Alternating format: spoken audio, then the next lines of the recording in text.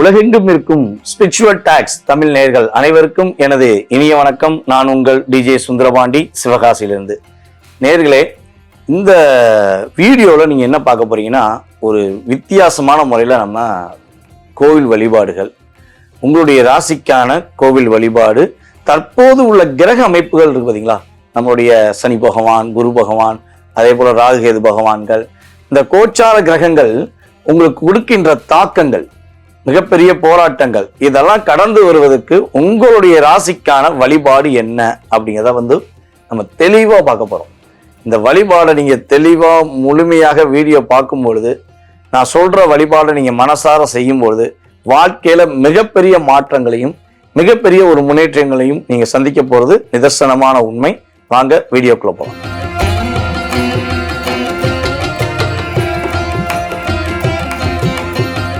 மேச ராசி நேயர்களுக்கு கோவில் வழிபாடுன்னு நம்ம சொல்லிட்டோம்.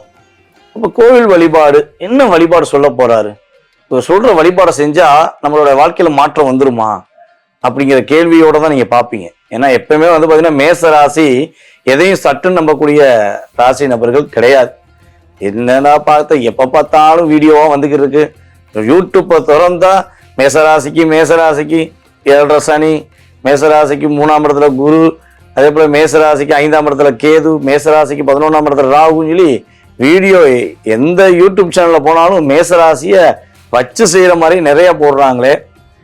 இந்த சூழ்நிலையில எங்களை பாதுகாத்து கொள்ள, எங்களை உருவாக்க ஒரு நல்ல வழிபாடு கிடைக்காதா என்ற ஏக்கத்தில் நீங்கள் இருக்கிறீர்கள் என்றால், உங்களுடைய வாழ்க்கையில் எல்லா விதமான மாற்றங்களையும் இந்த கிரகங்கள், அதாவது சனி பகவானா இருக்கட்டும் அல்லது குரு பகவானா இருக்கட்டும் மற்றும் ராகுகேது பகவான, நிழல் கிரகங்களான ராகுகேது பகவானா கூட இருக்கட்டும், இவங்களுடைய பிடியிலிருந்து, தேவையில்லாத ஒரு மன அழுத்தத்திலிருந்து நீங்க வெளியே வரணும்னு ஆசைப்படுறீங்களா?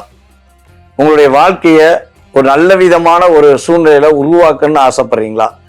அதற்கேற்ற வழிபாடு, அதாவது நம்முடைய திவ்ய தேசங்கள் என்று சொல்லுவோம். சைனவ வழிபாடுல திவ்ய தேசங்கள் என்று சொல்லுவோம். இந்த திவ்ய தேசங்களில் முதல் திவ்ய தேசமான ஸ்ரீ அரங்கநாதரை நீங்கள் போய் வழிபாடு செய்தீர்கள் என்றால், மேச ராசி என்பவர்களுக்கு மாற்றமோ மாற்றம். எல்லா கிரகத்துடைய பிரச்சனையிலிருந்து மிகப்பெரிய ஒரு விடிவு காலம் உங்களுக்கு உறுதியாக இருக்கும் என்பது நிதர்சனமான உண்மை. ஐயா, அரங்கநாதரை வழிபாடு செய்ய சொல்றீங்க. அவரை வழிபாடு செய்வது முறைகள், அவரை என்ன கிழமையில போய் நாங்கள் மேசராசிக்காரங்க வழிபாடு செய்யலாம் அப்படிங்கிற ஒரு கேள்வி வைப்போம்ல. ஏன்னா எல்லாருக்குமே ஒரு கட்டாயமா ஒரு மாற்றம் வேணுங்கிற எதிர்பார்ப்போட தான் நம்ம யூடியூப் சேனலுக்குள்ள வர்றோம். சும்மா பொழுதுபோக்குக்கு யாருமே நம்மளுடைய வீடியோவை பார்க்க போறது கிடையாது. ஏதோ வர்றாரு, சொல்றாரு, ஏதாவது புதிய விஷயங்கள் சொல்லுவாரு, அந்த விஷயங்கள் மூலமாக ஏதாவது நமக்கு ஒரு மாற்றம் வந்துடாதா? நம்மளோட வாழ்க்கையில பல பிரச்சனை இருக்கே, பல கஷ்டங்களை சந்திச்சுட்டு இருக்கோமே, இதுல ஒரு விடிவு காலம் வந்துடாதாங்கிற எதிர்பார்ப்போட தான் நம்ம வீடியோவே பார்க்கிறோம்.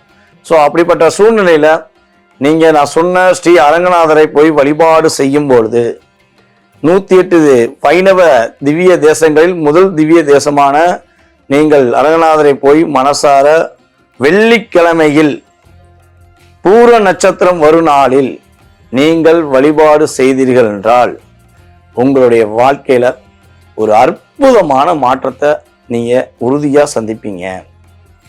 மிகப்பெரிய ஒரு முன்னேற்றத்தை நீங்க சந்திக்கக்கூடிய அளவுக்கு கிரக அளவுகள், அதாவது என்ன சொல்ல, கிரகங்கள் எந்த அளவு உங்களை டார்ச்சர் பண்ணாலும் அதை மாற்றி அமைக்கக்கூடிய அளவுக்கு என்ன நடக்கும்? உங்களுடைய வாழ்க்கையில மிகப்பெரிய நல்ல மாற்றங்கள் உறுதியாக ஏற்படும். பூர நட்சத்திரம் வரும் நாள்ல, ஏன்னா ஒவ்வொரு மாசமும் நட்சத்திரங்கள் பாத்தீங்கன்னா கிட்டத்தட்ட பாத்தீங்கன்னா பூர நட்சத்திரம் வரும். அப்ப நீ பூர நட்சத்திரம் வரும் நாள்ல போய் மனசார போய் வழிபாடு செஞ்சீங்கன்னா உங்களுடைய லைஃப்ல மிகப்பெரிய மாற்றம் உறுதி என்பது நிதர்சனமான உண்மை.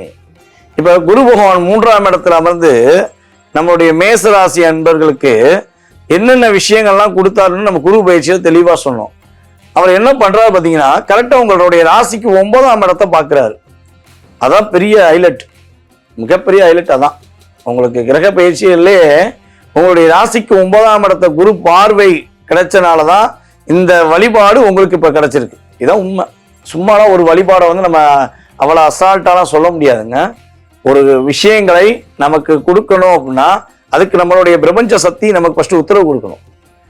நாங்கள் உங்களோட ஒரு வழிபாடை சொல்றோம்னா இந்த மேசராசிக்கு இந்த வழிபாடை சொல்லுன்னு சொல்லி நம்மளோட பிரபஞ்ச சக்தி கொடுத்தா மட்டும்தான் உங்களுடைய வாழ்க்கைக்கு இந்த வழிபாடை சொல்லணுங்கிறத நான் உங்கள்கிட்ட சொல்ல முடியும். அப்போ நீங்கள் நம்பிக்கையோட வழிபாடு செய்யுங்க, மிகப்பெரிய மாற்றத்தை நீங்கள் உறுதியாக அடைய போறீங்க. சரி, மேச ராசிக்கு நீங்கள் இங்கே போய் வழிபாடு செய்ய சொன்னீங்க, ஸ்ரீ அரங்கநாதரை போய் வழிபாடு செய்ய சொன்னீங்க. இதை தவிர்த்து இன்னும் எங்களை ஊக்கப்படுத்துறதுக்கு, எங்களுடைய வாழ்க்கையில ஒரு மிகப்பெரிய முன்னேற்றத்தை அடைவதற்கு எங்களுடைய இஷ்ட தெய்வமான முருகனை வழிபாடு செய்யலாமா? முருகனை வழிபாடு செய்யலாமா? ஏன்னா உங்களுடைய ராசி அதிபதியே செவ்வாய் தான். அப்போ முருகனை வழிபாடு செய்வதால் மேசராசி என்பர்கள் எந்த முருகனை வழிபாடு செய்யும் பொழுது மிகப்பெரிய மாற்றத்தை சந்திக்க முடியும் அப்படின்னா, உங்களுடைய ராசிக்கு பழனிமலை முருகனை நீங்கள் நேரடியாக தரிசனம் செய்யும் பொழுது மேசராசி என்பர்கள் மிகப்பெரிய ஒரு அற்புதமான சூழ்நிலையை சந்திக்க முடியும். முருகன் உங்களுடைய ராசிக்கு மிகப்பெரிய ஃபேவரானவர்.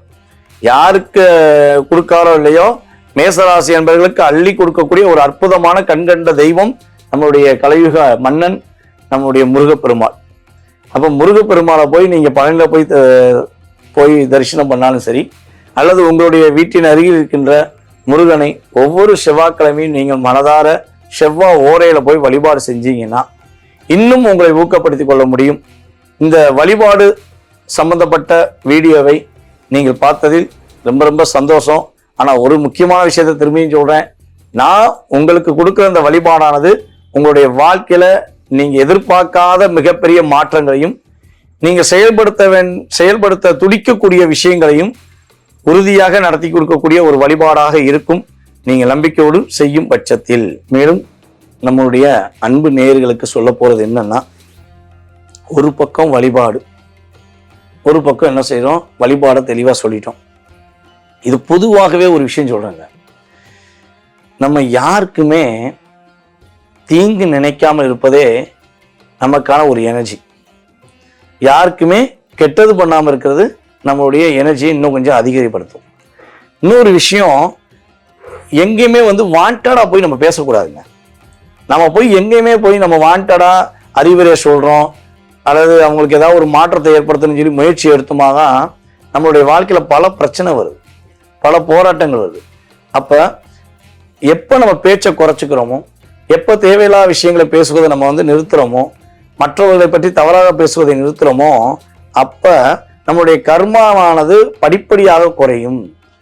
எப்போ ஒரு கர்மானா என்ன அப்படின்னு ஒரு விஷயம் சொல்றோம்ல, எல்லாரும் கர்மாங்கீங்க, என்னங்க அந்த கர்மா அப்படின்னா, நம் நல்வினை செய்யும் பொழுது, நல்ல விஷயங்கள் செய்யும் போது நமக்கும் நம்முடைய சன்னதிக்கும் நல்ல மாற்றங்களை நம்ம கர்மா ஏற்படுத்தி தரும்.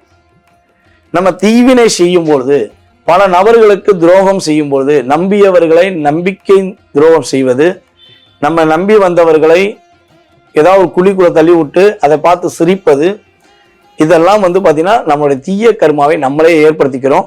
இது நமக்கும் பாதிப்பு, நம்மளுடைய சன்னதிக்கு மிகப்பெரிய பாதிப்பு.